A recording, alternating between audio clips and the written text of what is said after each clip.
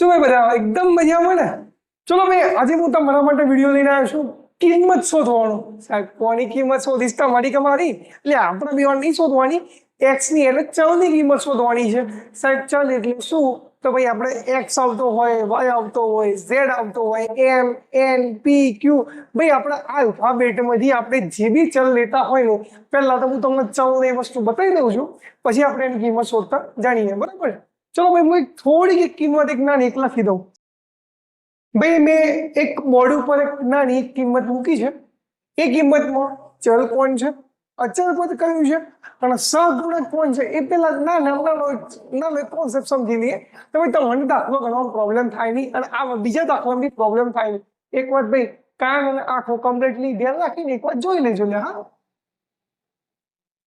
ધ્યાન છે રાખજો. ચલો ભાઈ થઈ ગયો બોર્ડ ઉપર કમ્પ્લીટ સ્ક્રીન, આંખો બોર્ડ ઉપર કમ્પ્લીટ રાખજો લે. હા ચલો જોઈએ. જો ભાઈ આ વાય શું છે આપણો ચલ, વાય શું છે આપણો ચલ. સાહેબ આમાં વાય એકલો જ ચલ લેવાનો, હું આ વાય ચલ ના હોય તો યાદ રાખજો સમીકરણમાં ભાઈ આ બીજો વાય છે તો જુઓ આ વાય અને આ વાય તો ચલ આપણું શું થાય વાય. તો આ નવી શું કહેવાય? ચલ જ કહેવાય. ચલો આપણને ચલ તો મળી ગયું. બરોબર? આ છેલ્લું શું છે? આ શું છે આપણું અચર પદ. આને શું કહેવાય? અચર પદ. યાદ રાખજો કોઈ બી સંખ્યા જોડે કોઈ બી પ્રકારની ચલ ના હોય તો આપણે કઈ સંખ્યા ગણવાની ખબર છે તમને? અચર પદ કહેવાય. શું કહેવાય? અચર પદ કહેવાય. ચલો વાત કરીએ સાહેબ સહગુણક કોને કહેવાય? તો યાદ રાખજો કોઈ બી ચલના આગળની જે કોઈ સંખ્યા હોય, ફરી એકવાર બોલું છું, ચલના આગળની જે બી સંખ્યા હોય એને શું કહેવાય? સહગુણક. કોનો? વાયનો. વાયનો સહગુણક શું છે? 3. અને આ વાયનો સહગુણક શું છે? 2. તો 3 ને શું ગણવાનું મારે? સહગુણક. લો ખબર પડી ગઈ. ચલ વાય થઈ ગયો સહગુણક. આ વાયનો કહું તો 3 અને આ વાયનો કહું તો 2 અને આને શું કહેવાય? અચર પદ. આવડી ગયું કમ્પ્લીટ. ચલો તમે હું આને સાફ કરી દઉં છું. આપણે દાખલો ગણવામાં કમ્પ્લીટ ધ્યાન આપે. આ ભાઈ આ કાઢવું છે બરાબર, ફરતી લખી દો 3y અને વાય લખી દઉં અને આ ઘર તો કમ્પ્લીટ દેખાય છે. ચલો ડાય દેખાય છે કમ્પ્લીટ. ચલો આ 3y ના 3y એમને એમ રહેવા દઉં છું. યાદ રાખજો જ્યારે તમે કિંમત શું તમે દાખલા ગણતા હોય ને એટલે એક વસ્તુ મગજમાં એકદમ ક્લિયર કટ કરી લેવાનું. વાય અથવા તો એક્સ અથવા તો કોઈ બી પ્રકારનું ચલ ભાઈ એને બરોબરની કોઈ બી એક સાઈડ મસ્ત રીતે ગોઠવી દેવાનું અને અચળ પદવાળી સંખ્યા બધી એક સાઈડ લઈ જવાની. ભાઈ બંને અલગ અલગ પાડશો ને તો ભાઈ તકલીફ પડશે નહીં. જો ખીચડી બનાવીને ભાઈ તો શોધવામાં દાખલો થઈ જાય. ધ્યાન રાખજો. ચલો આ 3y ને એમને મૂક્યા. 2y છે એ બરાબરની આ સાઈડ છે, આપણે બરાબરની આ સાઈડ લઈએ તો આમાં 2y પ્લસ છે અને બરોબરની આ સાઈડ શું થાય? માઇનસ સાઈડ ના થાય? થઈ જાય માઇનસ. તો ચલો આ પ્લસ હતા બરોબરની આ સાઈડ તો -2y થઈ ગયા. બરાબરના બરોબર. મેં શું કીધું? ચલ વાળા પદ એક જગ્યાએ લાવી દે અને અચર પદ વાળા આપણે એક જગ્યાએ મૂકી દઈએ. 18 ના 18. બરોબર છે. ચલો હવે જોઈએ આપણે આગળ. 3y માંથી 2y જાય તો કેટલા બચે? ખાલી y. સાહેબ 1y ના બચે?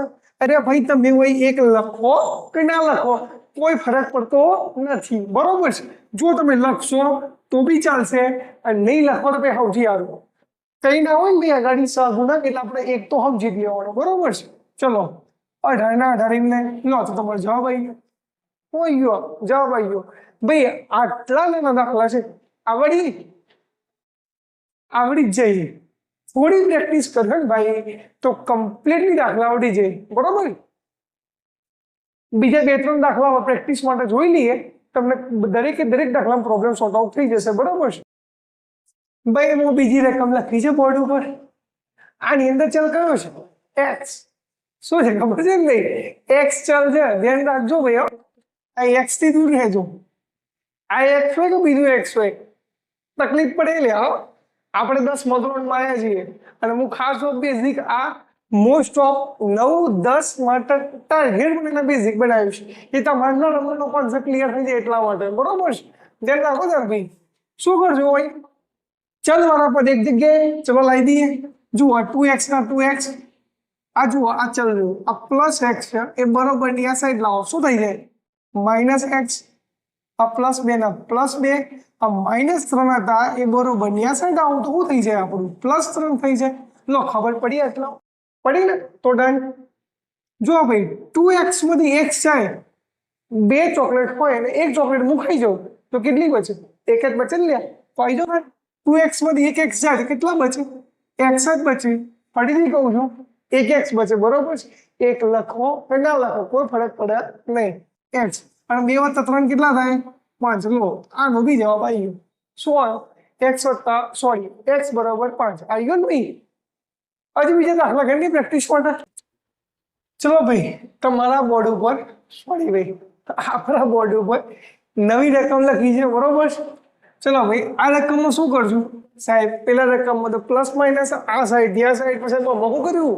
આ તો બધું નવું નવું દેખાય નવું કઈ નહીં એકદમ નોર્મલ છે જુઓ 2x - 3 એમને લખી દઉં છું બરોબર છે આ બરોબરના 5 બરોબરની આ સાઈડ જે 5 છે એમને લખી દઉં છું જો ભાઈ આ બે કઈ જગ્યાએ છે ભાગાકારમાં છે યાદ રાખજો ભાગાકારમાંથી બરોબરની આ સાઈડ જાય તો ગુણાકારમાં થાય અને જો ગુણાકારમાંથી આ સાઈડ જાય તો ભાગાકારમાં થાય એકદમ ડન ફરીથી જો લખીને તમને બતાવું છું જો પ્લસ હોય અને આ બરોબરની આ સાઈડ આવે શું થાય માઇનસ અને માઇનસ હોય અને આ સાઈડ આવે શું થાય પ્લસ બરોબર છે જુઓ ગુણાકાર હોય અને બરોબરની આ સાઈડ આવે શું થાય ભાગાકાર અને જો ભાગાકાર હોય અને બરોબરની આ સાઈડ આવે શું થાય ગુણાકાર બહુ જરૂરી નહીં કે આ સાઈડ જ આવે આ સાઈડ આવે જો પ્લસ હોય આ સાઈડ થાય તો માઇનસ થાય અને જો માઇનસ હોય ને આ સાઈડ આવે તો પ્લસ થઈ જાય એકદમ ઊંધું છે બરોબર યાદ રાખજો તો ચલો આમ હોય શું થશે જુઓ આમ ભાઈ બે હતા ભાગાકારની અંદર ઇન બરોબરની આ સાઈડ લઈને આવો શું થઈ જાય જાતે વિચારો શું થાય બી ગુણાકાર તો ડન લખી દો તમે એમને જુઓ આ બે ભાગાકારમાં હતા આ સાઈડ લઈને કે શું થઈ ગયું ગુણાકારમાં આવી ગયા ને જો ભાઈ 2x ના 2x એમને લખી દઉં છું 5 દુ 10 અને -3 હતા એ બરોબરની સાઈડ લાવો શું થાય +3 લો આ +3 થઈ ગયા x ના x 10 વત્તા 3 કેટલા થાય 13 અને જુઓ મેં આ બે લખ્યા નથી આ બે શું છે ભાઈ x જોડે જો ભાઈ વચ્ચે કોઈ બી પ્રકારની ચિહ્ન ના હોય ને તો ભાઈ આ x ના આગળ શું કહેવાય કે સહગુણક કહેવાય તો ભાઈ આ હંમેશા માટે ચલ જોડે ગુણાકારમાં જ ગણી ચાલવાનું તમારા બરોબર છે તો જુઓ આ બે ગુણાકારમાં છે તો બરોબરની આ સાઈડ આવતું ક્યાં જાય ભાગાકારની અંદર એકદમ ઈઝી તો લો આ છે આવી ગયા શું જવાબ આવ્યો આપણો x બરોબર 13/2 આવે એક વખત ફરીથી ચેક કરવાનો સ્ટેપ તો ભાઈ કોઈ જગ્યાએ તમારો પ્રોબ્લેમ તો નહીં રહી ગયો ને બરોબર જો ભાઈ આ નવા દાખલાથી જ આપણા મોટા દાખલા ગણવામાં હેલ્પ થતી હોય છે તો ભાઈ આ દાખલા 100% જુઓ અને કમ્પ્લીટલી કરો અને ભાઈ એટલી પ્રેક્ટિસ કરો ને કે સાદું રૂપમાં પ્રોબ્લેમ ના થાય અને મેક્સિમમ બેટા સ્ટુડન્ટોનો પ્રોબ્લેમ શું હોય છે સમજો સાદું રૂપમાં જ પ્રોબ્લેમ થાય ડખો જ આવશે એટલે જ હું છોકરાઓને ક્લાસમાં રેગ્યુલર કહેતો હોઉં છું ડખા.com હું કહેતો હોઉં છું ડખા.com ભાઈ ડખો સાદું રૂપ જ હોય છે બરોબર છે ચલો ભાઈ ચોથી રકમ લખી છે સાહેબ આની અંદર કયું છે ચાલ અરે એમ છે બરોબર છે સાહેબ લેવાય એમ હા ભાઈ તમે ચાલ કોઈ બી લઈ શકો છો એથી લઈ ઝેડ સુધી બરોબર છે એટલે ટેન્શન લેવાનું નહીં પણ ચોપડી વાળો જે ચાલ આવે ને ભાઈ આપણે જ મૂકવાનું આપણા પેલો અક્ષર ના મૂકતા હા બરોબર છે ચલો આ દાખલો સોર્ટ આઉટ કરીએ મેં શું કીધું તમને ચલ વાળી વસ્તુ એક જગ્યાએ લાવો અને જે વગર ચલની વસ્તુ હોય એટલે મીન્સ કે આપણું અચલ પદ હોય એ બરોબર ની એક જગ્યાએ લઈ જાઓ એકદમ દે ને ચલો કરીએ 3m ના 3m આ જુઓ બરોબરની આ સાઈડ 5m છે ઇન બરોબરની આ સાઈડ લાવો શું થઈ જાય શું થાય માઇનસ થાય તો પ્લસ હતા બરોબરની આ શું થયું માઇનસ થઈ ગયા ચલો હવે આ -5m બરોબરના બરોબર જોઈએ આગળનું શું થાય માઇનસ ના માઇનસ 8/5 ના m9 ડન એકદમ ચલો અમારું શું કરશું 3m -5m જુઓ પ્લસ માઇનસ શું થાય પ્લસ માઇનસ થાય તો ભાઈ 3 માંથી 5 જાય ભાઈ 3 માંથી 5 જાય હા જાય કેટલા બચે તો -2 બચે સાહેબ એ રીતે સમજાવો કે -2 ક્યાંથી આવે ખબર પડે ફરીથી કહું ચલો -2 દૂર કરી દો પ્લસ માઇનસ માઇનસ. તો ભાઈ પેલા તો એવું વિચાર લો, 5 માં 3 જગ્યા કેટલા બચે? 2. તો ચલો મેં 2 લખી દીધા. આવું ચિહ્ન કયું મૂકું, પ્લસ કે માઇનસ? આ તકલીફ બધાને હોય છે, બરોબર છે. ચલો જોઈએ ભાઈ મોટું કોણ છે, 3 કે 5? 5 મોટા, તો 5 આગળ કયું શેનું ચિહ્ન છે? માઇનસ નું. તો શું મૂકી દેવાનું? માઇનસ. એમ ના એમ. ચલો -8 ના 8 અને ભાગ્યા 5 ના 5. જુઓ ભાઈ એમ ના આપણે કરતા કરીએ તો જુઓ -8 ભાગ્યા 5 અને -2 છે અને એમ જોડે સેમ હશે ગુણાકારની અંદર. તે બરોબરની આ સાઈડ લાવો તો ક્યાં જાય? ક્યાં જાય ભાઈ?